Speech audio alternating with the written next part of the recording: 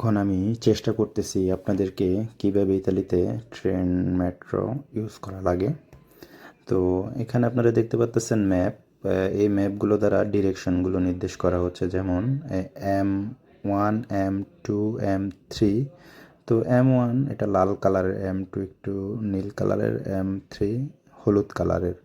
তো এখানে ট্রেনগুলো এইভাবে নির্দেশ করা, যেমন M3 হলুদ কালারের। আমরা এই ট্রেনটাতে এখন যাওয়ার চেষ্টা করব।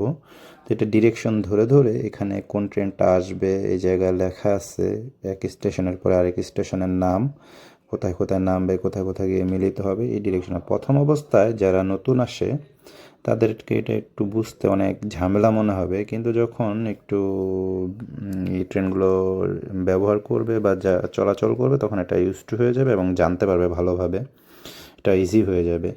তো এইভাবে আপনাদের ঢুকতে হবে ইলেকট্রিক্যাল কার্ড বা যারা টিকিট কিনে তাদের, এটা মাসিক কার্ড বা বাৎসরিক যারা যেভাবে কিনে, বা নতুন আসে যারা টিকিট নিয়ে, এইভাবে ইলেকট্রিক কার্ড ইউজ করে এইভাবে ঢুকতে হয়। তো এখানে এখন দেখতে পাচ্ছেন লিফট ইউজ করতে হয় কিভাবে। যারা লিফট ইউজ করবে বা ডিরেকশন দেখে দেখে যাবে, তো লিফট ইউজ করার সময় সব সময় ডান সাইডে যারা দাঁড়িয়ে উঠবে তারা ডান সাইডে থাকবে, আর যারা হেঁটে চলে যাবে এই চলা অবস্থা লিফট, তখন তারা বাম সাইডটা সবসময় খালি রাখতে হয়, যারা দ্রুত ইমার্জেন্সি দ্রুত চলে যেতে চায়। এটা হচ্ছে নিয়ম। তো এখানে যে আমরা সাইনেজ দেখে দেখে কোন ডিরেকশনে আমরা ঢুকবো সেটা চেষ্টা করতেছি। যারা নতুন আসে তারা অবশ্যই এই ডিরেকশনগুলো দেখে দেখে আমরা দেখে দেখে হলুদ ট্রেনটা ধরার জন্য সামনে যাচ্ছিলাম। তো প্রচুর লোকজন ছিল ওই দিন, বিভিন্ন ডিরেকশনে বিভিন্ন লোক যাচ্ছে। তো আমরা হলুদ ডিরেকশনটা ধরার জন্য সাইনেজ দেখে দেখে ম্যাপ দেখে দেখে যাওয়ার চেষ্টা করতেছি। এই হচ্ছে বিষয়। তো আমার সাজেস্ট হবে যারা নতুন আসে তারা অবশ্যই একটু বুঝে শুনে যে জানে তাকে নিয়ে যাওয়াটাই ভালো, কোনো একজনকে সাথে করে, তাহলে বুঝতে সমস্যা হয় না। কারণ যারা ইউজড হয়ে যায় তাদের কাছে এটা অনেক ইজি মনে হয়। আমার কাছে, আমি যেহেতু নতুন, তো আমার কাছে এটা অনেক ঝামেলাপূর্ণই মনে হয়েছে। তবে যারা পুরান তারা অবশ্যই বলে যে এটা খুবই ইজি, কারণ তারা ইউজড হয়ে গেছে এই জন্য।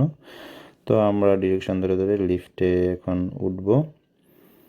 তো লিফটে ওঠার সময় সব সময় বাম সাইডটা অবশ্যই খালি রাখতে হবে, কারণ হচ্ছে যারা ইমার্জেন্সি কোথাও যেতে চায় তারা বাম সাইড দিয়ে উঠে চলে যাবে, এটা হচ্ছে নিয়ম। আর যারা রিল্যাক্সভাবে যেতে চায় তারা ডান সাইডে দাঁড়াবে।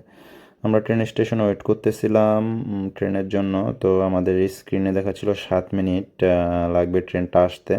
তো এখানে টাইম সেট করা থাকে কখন ট্রেন আসবে কখন, তবে বেশিক্ষণ ওয়েট করতে হয় না, একটু পরপরই ট্রেন আসে। মেট্রোটা রাতের 12:30 বা 35 এরকম পর্যন্ত নাকি চলে, যেটা আমরা জানতে পারলাম। তো এখানে যাতায়াত ব্যবস্থায় মেট্রোটাই সবচেয়ে বেস্ট, সবাই যেটা বলে। এবং যখন ট্রেন থেকে নামবেন এভাবে সাইনেজ দেখে দেখে যে কোন দিক দিয়ে বের হবেন, এই যে উশিতা লেখা মানে হচ্ছে এক্সিট সাইড, এখান দিয়ে বেরোতে হয়। তো এইভাবে ধরে ধরে বের হলে ইজি, না হলে আপনি রং সাইডে চলে যেতে পারেন। আপনাকে সাইনেজ বুঝতেই হবে, না হলে বেরোতে সমস্যা হয়ে যাবে নতুন আসলে না জানলে। এই হচ্ছে বিষয়। আমরা ট্রেনের জন্য অপেক্ষা করতেছি। যেহেতু দিক থেকে দেখাচ্ছে তাহলে ট্রেনটা বাম দিক থেকে আসবে, টাইম জোন ওখান দিয়ে দেখলাম, যেহেতু ওই সাইড দিয়ে আসবে। আস্তে আস্তে যারা নতুন আসবেন বুঝে যায়, সব বুঝে ট্রেন দেখা যাচ্ছে আসছে। তো এই হচ্ছে মেট্রো। তো এটা হলুদ কালারের।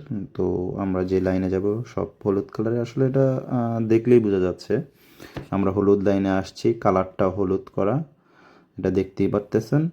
তো এইভাবেই বোঝা যায় যে কনফার্ম হওয়া যায় যে এটাই আমাদের একজ্যাক্ট ট্রেন। এই সব কালারগুলো হলুদ, ভিতরেও হলুদ।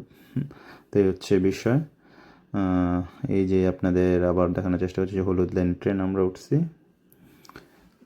M3 লাইনের ট্রেন। তো তো এইভাবেই সবাইকে দেখলাম যে সবাই সবার মোবাইল ফোন নিয়ে সবাই বসে দাঁড়িয়ে সময় কাটে ট্রেনের ভিতর। এই হচ্ছে বিষয়। আমরা এখন ট্রেন থেকে নেমে গেলাম, নেমে আবার এক্সিট হওয়ার চেষ্টা করতেছি। কীভাবে এক্সিট হয় আমরা সাইনেজ ধরে ধরে, কারণ আপনার মার্ক না ধরে বের হলে আপনি বুঝতে পারবেন না আপনি কোন ডিরেকশনে যাচ্ছেন, কোন দিক দিয়ে যাচ্ছেন। এই হচ্ছে বিষয়। তো এগুলো বুঝতে